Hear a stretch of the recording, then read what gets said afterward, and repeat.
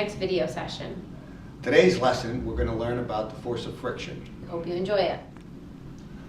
Friction is the force that is opposite of motion.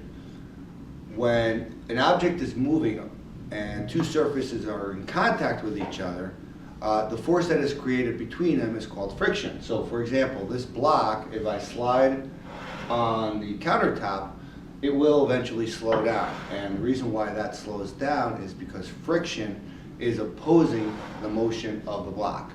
It's working against the direction that it moves. So friction can be your friend or it can be your enemy. Friction is a good thing because it allows us to walk, talk, eat, drink. If we didn't have friction, you guys couldn't do your homework because you wouldn't be able to write with your pencil on the paper. It would create no friction. There wouldn't be a force to oppose it to make that lead work. It can be a bad thing if you have too much, like in a car or in any machine, the parts rubbing up against each other. It creates them to overheat. When they're rubbing up against each other, they break. So that can be a bad thing. Friction for athletes is a really good thing. And if you look at in any stores, they sell things to help athletes improve the amount of friction. For example, a basketball player, they don't just wear normal sneakers. What kind of sneakers do they wear? Basketball sneakers. Because it increases the friction between their foot and the ground, which is why you hear all those noises when basketball players are playing.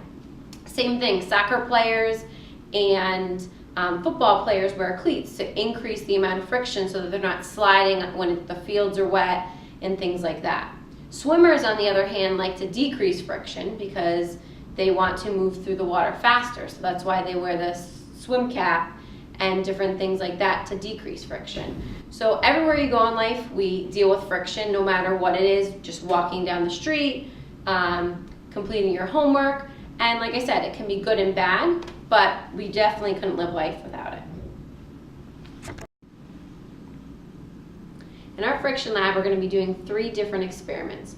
The first experiment, we're going to be seeing if the surface type has an effect on the amount of friction.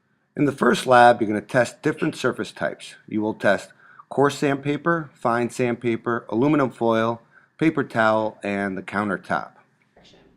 The second lab, we're going to be seeing if weight or the load has an effect on friction.